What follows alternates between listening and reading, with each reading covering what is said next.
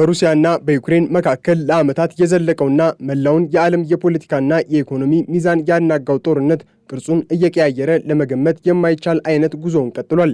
ይህ ጦርነት በመሬት ላይ የሚደረግ ውጊያ ብቻ መሆኑ ቀርቶ የቴክኖሎጂ የበላይነትን፣ የኢኮኖሚ ጥንካሬንና የሥነ ልቦና ጽናትን የሚፈታተን የረጅም ጊዜ ፍልሚያ ሆኗል። በተለይም ሰሞኑን ሁለቱም ወገኖች ያላቸውን የመጨረሻ አቅም ተጠቅመው የባለጋራቸውን አከርካሪ ለመስበር እልህ አስጨራሽ ጥረት እያደረጉ ይገኛሉ። የሩሲያ ጦር ዛሬ ረቡዕ በዩክሬን ላይ የሰነዘረው የአየር ጥቃት በጦርነቱ ታሪክ ውስጥ ካጋጠሙት እጅግ አስከፊ የድሮን ውርጅብኞች አንዱ እንደሆነ ዘኢንዲፔንደንት አስነብቧል። በአንድ ሌሊት ውስጥ ብቻ ከ170 በላይ ሰው አልባ አውሮፕላኖችን ወደ ዩክሬን የተለያዩ ግዛቶች መተኮሳቸው የክሬምሊን አስተዳደር የዩክሬንን መሠረተ ልማት ሙሉ በሙሉ ለማውደም የያዘውን ዓላማ የሚያሳይ ተደርጎ ተወስዷል። ይህ ጥቃት በተለይ እንደ ኦዴሳ፣ ካርኪቭ፣ ሱሚ፣ ዲኒፕሮፔትሮቭስክ እና ሚኮላይቭ ያሉ ቁልፍ ክልሎችን ኢላማ ያደረገ ነበር። በኦዴሳ ክልል በሚገኘው የኢዝማኤል የወደብ ከተማ ላይ የደረሰው ጥቃት ከፍተኛ ሰብአዊ ቀውስን አስከትሏል። የከተማዋ ሆስፒታልም የጥቃቱ ሰለባ ከሆኑት መሠረተ ልማቶች መካከል አንዱ ሲሆን ይህ ድርጊትም በዓለም አቀፍ ደረጃ ከፍተኛ ውግዘትን አስከትሏል። ሆስፒታሉ የቆሰሉ ወታደሮችን ብቻ ሳይሆን የአካባቢውን ንጹሐን ዜጎች የሚረዳ ተቋም በመሆኑ ጥቃቱ የጤና አገልግሎቱን ከማስተጓጎልም በላይ በሕዝቡ ላይ ከፍተኛ ፍርሃትን ዘርቷል።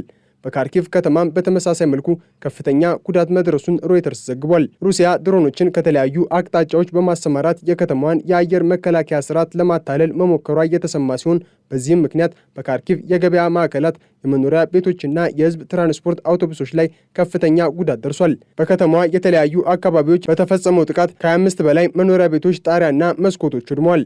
በሱሚ ግዛትም በመኖሪያ አካባቢዎች ላይ በደረሰው ጥቃት አንድ ሰው ሕይወቱን ሲያጣ በርካቶች ከፍርስራሽ ስር ለሰዓታት እንዲቆዩ ተገደዋል። ሩሲያ በዚህ ጥቃት ወቅት እንደ ሻሂድ ያሉ የኢራን ሰራሽ ድሮኖችን ብቻ ሳይሆን አዳዲስ የተባሉትን ገርበራና ኢታልማስ የተሰኙ ድሮኖችን መጠቀሟ የተገለጸ ቢሆንም ከ150 በላይ ድሮኖችን መጥቶ መጣሉን የዩክሬን ጦር አስታውቋል ሲል ኬቭ ኢንዲፔንደንት አስነብቧል። ዩክሬን በአንጻሩ የምትወስዳቸው የአጸፋ እርምጃዎች ውጤታማ እየሆኑ መጥተዋል። ዩክሬን በሁለት ሳምንታት ውስጥ ለሶስተኛ ጊዜ በሩሲያ የኢኮኖሚ አከርካሪ ላይ ያነጣጠረ ጥቃትን በመሰንዘር የሩሲያን የጦር በጀት ለማዳከም እየሰራች ነው። በሩሲያ ክራስኖዶር ግዛት በሚገኘው የቱአፕሴ የነዳጅ ማጣሪያ ላይ የተፈጸመው የድሮን ጥቃት የዚህ ስትራቴጂ ትልቁ ውጤት ተደርጎም ተወስዷል።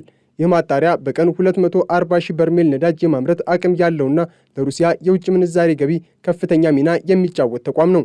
የሩሲያው ፕሬዝዳንት ቭላዲሚር ፑቲን እነዚህን ጥቃቶች በሲቪል መሠረተ ልማት ላይ የሚፈጸሙ የሽብር ጥቃቶች ናቸው ሲሉ ቢገልጿቸውም ዩክሬን ግን የሩሲያ የነዳጅ ኢንዱስትሪ ለጦርነቱ ዋነኛ የገንዘብ ምንጭ በመሆኑ ሕጋዊ ወታደራዊ ኢላማ ነው የሚል አቋም እንዳላት አሶሺየትድ ፕሬስ ዘግቧል። በቱአፕሴ የደረሰው ቃጠሎና የተፈጠረው ስጋት የሩሲያ ባለስልጣናት ሁኔታውን ለመቆጣጠር ከፍተኛ ጫና ውስጥ እንዲወድቁ አድርጓቸዋል። የዩክሬን የጥቃት አድማስ መስፋፋት ሌላው ትኩረት የሚስብ ጉዳይ ሆኗል።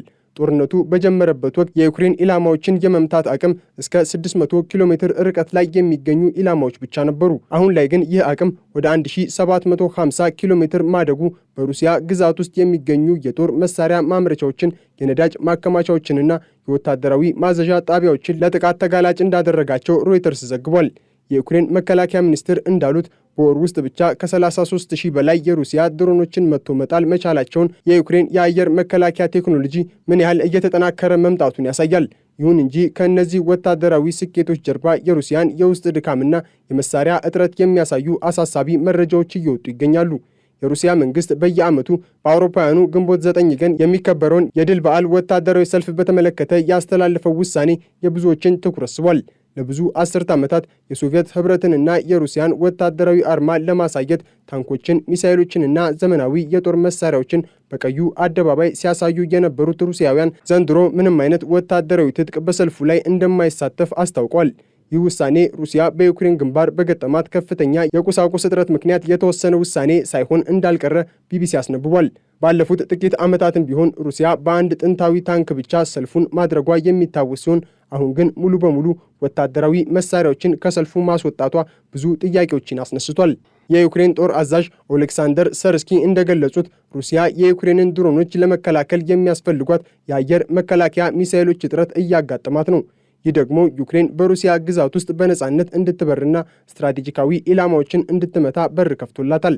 ከዚህም በላይ በጦር ግንባር ያሉ የሩሲያ ወታደሮች በጦር መሳሪያ አቅርቦት እጥረት መቸገራቸውን የዩክሬን የስለላ መረጃዎች ያሳያሉ።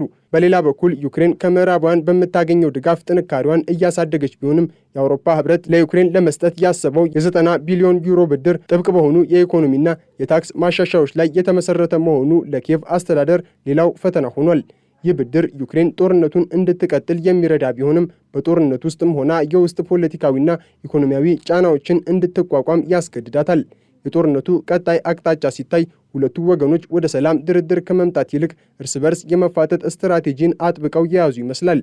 ዩክሬን ከምዕራባውያን በምታገኘው የቴክኖሎጂ ድጋፍና በራሷ የፈጠራ አቅም የሩሲያን ኢኮኖሚ እያደቀቀች ለመቀጠል ስታስብ፣ ሩሲያ ደግሞ በቁጥር ብዛትና በሰው ኃይል መስዋዕትነት ዩክሬንን ለማድከም ትጥራለች። ሆኖም ግን የሩሲያ የድል በዓል ሰልፍ መሰረዝና የወታደራዊ ትጥቅ እጥረት መታየቱ የሞስኮ የረጅም ጊዜ የመዋጋት አቅም ከባድ ጥያቄ ውስጥ እንዲወድቅ አድርጎታል። በአጠቃላይ አሁናዊው የሩሲያና የዩክሬን ጦርነት መልክ ከመሬት ውጊያ ወጥቶ ወደ ቴክኖሎጂያዊና ኢኮኖሚያዊ ትንቅንቅ መሸጋገሩን ዘ ኢንዲፔንደንት አስነብቧል። ሩሲያ በመቶዎች የሚቆጠሩ ድሮኖችን በመተኮስ የዩክሬን ከተሞችን ለማሸበር ብትሞክርም የዩክሬን ድሮኖች ደግሞ የሩሲያን ኢኮኖሚያዊ ማዕከላት በማውደም አጸፋውን እየመለሱ ነው። ጦርነቱ አሁንም ያለ እረፍት የቀጠለ ሲሆን በሁለቱም ወገኖች የሚደርሰው ጥቃትና የሚከፈለው መስዋዕትነት ቀጥሏል። የሁለቱም ሀገራት መሪዎች ወደ ሰላም ድርድር ከመምጣት ይልቅ እርስ በርስ መካሰስን መምረጣቸው በቀጣይም ተጨማሪ ጥፋቶችና ውድመቶች እንደሚከሰቱ አመላካች ተደርጎ ተወስዷል። ሩሲያ ያላትን ወታደራዊ የበላይነት ተጠቅማ ዩክሬንን ለማንበርከክ ብትሞክርም የዩክሬን የቴክኖሎጂ እድገትና የአጸፋ ጥቃቶች ግን ጦርነቱን ወደ ሩሲያ ግዛት እያመጡት ነው። ይህ ደግሞ በሩሲያ ሕዝብ ዘንድ ጥያቄዎችን እያስነሳ ይገኛል። በቱአፕሴ እና በሌሎችም ከተሞች የሚገኙ የሩሲያ ነዋሪዎች መንግስታቸው ለምን የአየር መከላከያ ስርዓቱን ማጠናከር እንዳልቻለና ለምን ለጥቃት ተጋላጭ እንደሆኑ እየጠየቁ ነው። ይህ የውስጥ ቅሬታ ለክሬምሊን አስተዳደር ሌላው ትልቅ ፈተና ሊሆን ይችላል። የሩሲያና የዩክሬን ጦርነት አሁን ላይ ያለበት ደረጃ የሰው ልጅን ታሪክ የሚቀይርና የወደፊቱን የጦርነት ስልት የሚወስን ሆኗል። የድሮን ቴክኖሎጂ፣ የኢኮኖሚ ማዕቀቦችና የስነ ልቦና ጦርነት የዚህ ፍልሚያ ዋና ዋና ክፍሎች ናቸው። ሩሲያ ያጋጠማት የጦር መሳሪያ እጥረትና የወታደራዊ ትርኢት መሰረዝ የሀገሪቱን ወታደራዊ ድካም የሚያሳዩ ቢሆንም ጦርነቱ ግን ገና ብዙ መስዋዕትነትን እንደሚጠይቅ ግልጽ ነው። ዩክሬን በበኩሏ በጽናትና በፈጠራ አቅሟ ሉዓላዊነቷን ለማስጠበቅ የምታደርገው ጥረትም በጉልህ የሚታይ ነው። ይሁን እንጂ በቀጣዮቹ ወራትም ጦርነቱ ይበልጥ እየተባባሰ እንደሚሄድ ይገመታል። ሩሲያ አዳዲስ የድሮን አይነቶችንና የሚሳኤል ስርዓቶችን ለመጠቀም ጥረት የምታደርግ ሲሆን ዩክሬንም በተመሳሳይ የጥቃት አድማሷን በማስፋት የሩሲያን የጦር መሳሪያ ማምረቻዎችና የነዳጅ ማከማቻዎችን ኢላማ ማድረጓን ትቀጥላለች። የዓለም ፖለቲካ በዚህ ጦርነት ምክንያት እየተቀየረ ሲሆን አዳዲስ ጥምረቶችና ግንኙነቶች እየተፈጠሩ ይገኛሉ። የሰው ልጅ ሰላምንና መረጋጋትን ለማግኘት የሚያደርገው ጥረት በዚህ ጦርነት ምክንያት ፈተና ላይ ወድቋል። ጦርነቱ የሚያደርሰው ውድመትና ስቃይ ቢያበቃም የታሪክ ጠባሳው ግን ለብዙ ትውልዶች እንደሚቆይ ግልጽ ነው።